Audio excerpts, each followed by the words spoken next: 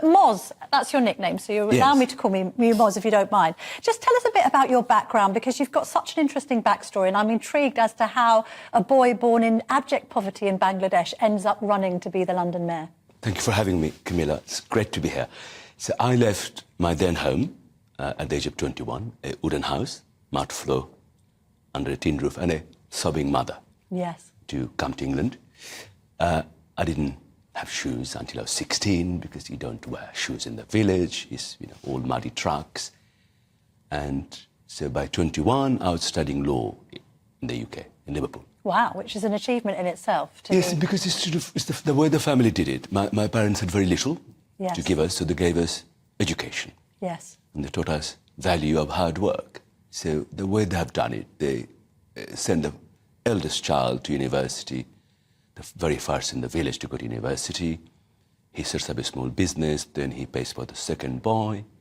And when he has a job, he looks after the younger ones. Yes. Then the other two brothers put money together to send the third boy to come to England. So when you first came to the UK, having not worn shoes until you were 16 years old, it must have been a bit of a shock to the system. I was excited. I was so excited. I was very cold when I came here. I can only imagine. Nobody told me that this is very cold in England in September, so I was freezing cold. And you've been a criminal barrister for many years, so why do this? Why leave this lucrative career behind to try and run to be London mayor? As you say, Camilla, a boy from village in Bangladesh was provided with all the opportunities by London and allowed him to reach to the top of the legal profession. Look at London now. It isn't safe. It isn't affordable. And Mr. Khan has let London down. And you may think opportunities suffocate in a city that isn't safe, that isn't affordable.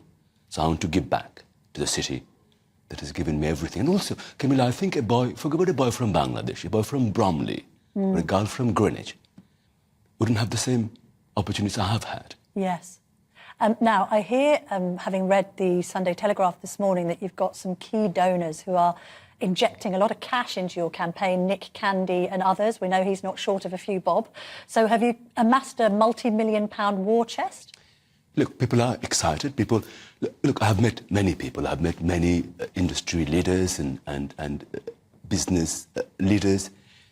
They're coming to me because they say to me, they do not want a city that is unsafe. Yeah. They do not want a city where... Because nobody will come to a city. London is the greatest city, Camilla.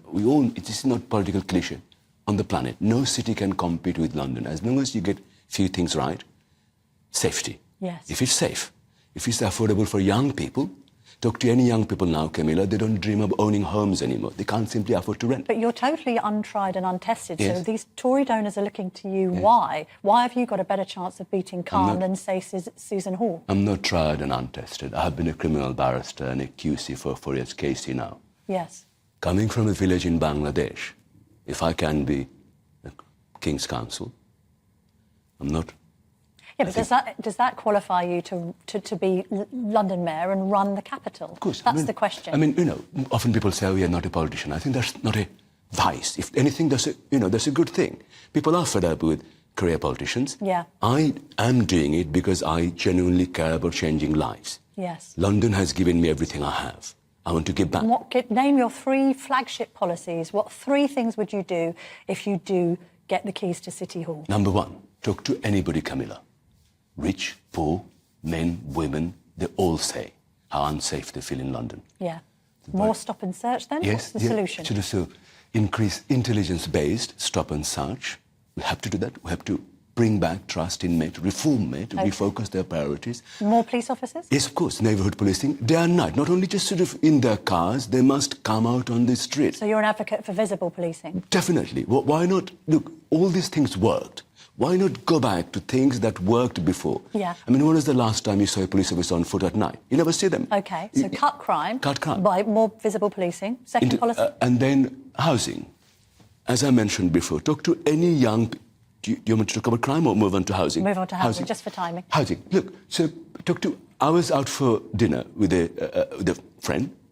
She's young, she's 22, and she just finished at St. Martin's. And she says, look, all her friends who wants to work in film industry or in animation, architecture, she's an sculptor, they simply cannot afford OK, so build more housing? How much? How many more homes? So look, there's enough brownfield land in London and Box to build. But have you set a target? I think targets. As long as you build more beautifully and affordable homes for people, I think build as much as you can. I think hundreds of thousands of beautiful homes is my plan. OK, and third policy? And third would be transport. Yes. Mr. Khan doesn't simply care about outer London because he can ignore them. I have been going around all parts of outer London, all of London, and despite all the flaws, transport in inner London is pretty good. So you're saying Sadiq Khan doesn't care about outer London? But talk to anybody in outer London, they will say it's how awful the connectivity is in outer London. Well, he wants to impose the ULEZ on outer London. It's cruel. It's the most cruel thing to do during the worst cost of living crisis. May I give an example? I know politicians like talking about the stories. Let me tell you.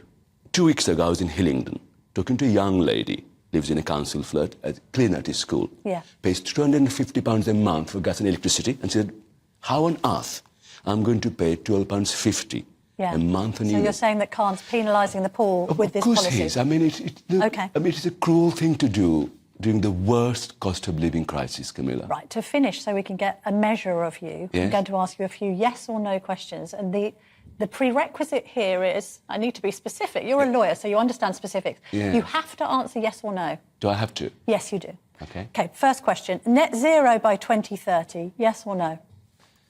It's impossible. It's impossible. So you're saying no? No, look, it's a great ambition, but it's not going to happen. So would you support net zero by 2030? I think as an ambition... This isn't a yes or no, Moz. OK, as an ambition, support it, but it don't happen. OK. Should we ban diesels and petrols in 2030, yes or no?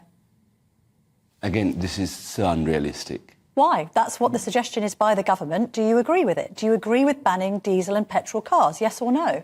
I think if it's possible... Tory policy. OK, I think it's a good ambition to have. So you do support that? I think it's a good ambition to have. All right. Do you support the Rwanda plan, yes or no? Look, we have to find a way. I mean, Moz, you're prevaricating I know, but I can't give it... Yes or no? Look, yes or no game. It's the yes or no game. I'm going to ask Susan Hall the same question. We have to stop illegal immigration and... So you support your Rwanda, yes or no? No, look, we have to find the effective way to stop this. Do you support Rwanda, yes or no? My answer has to be, Camilla, I'm afraid that we have to find... I support the government... Moz, you have to answer yes or no. You must know whether you support the Rwanda plan or not. But I think we have to find a way to stop this ghastly criminal gangs. So you do support Rwanda? Look, there's a legal process going on at the moment. Moz, I think you've got to answer yes or no questions, but honestly, it would because otherwise the electorate will just despair. This is a massive issue for Londoners. A lot of them are immigrants, yourself included. Yes. Do you support Rwanda, yes or no? Look, do I support any measures to stop illegal immigration? Yes. So you do support the Rwanda plan? Why won't you commit to that? There's a legal process going. It would be wrong. As a King's Counsel, somebody who defends the legal system, I think there's a process going on. You voted Remain. Should we rejoin the EU? Yes or no? I mean, look, we have to unlock the benefits. Rejoin the EU? Yes or no? That question has been litigated on. So we'll no. move on. Does a woman have a penis? Yes or no? I think we all know women don't have That's a no. Yeah, of Thank course, you for that. That's better than the Labour leader can achieve. Gay marriage, yes or no? Look, we have gay marriage. Yes. So you support it? Yeah, of course. Should we leave the ECHR? Yes or no? Look, I think my answer is this. Look, we now have control of our laws and regulations. Yes or no? It's a tricky one, really. I'm afraid I can't. All right. And finally, were the Tories wrong to get rid of Boris? Yes or no? Look, Camilla, yes or no? I'm here to talk about London. He was a great mayor of London. I'm here to talk about that. All right. Not about Westminster politics. Fair enough.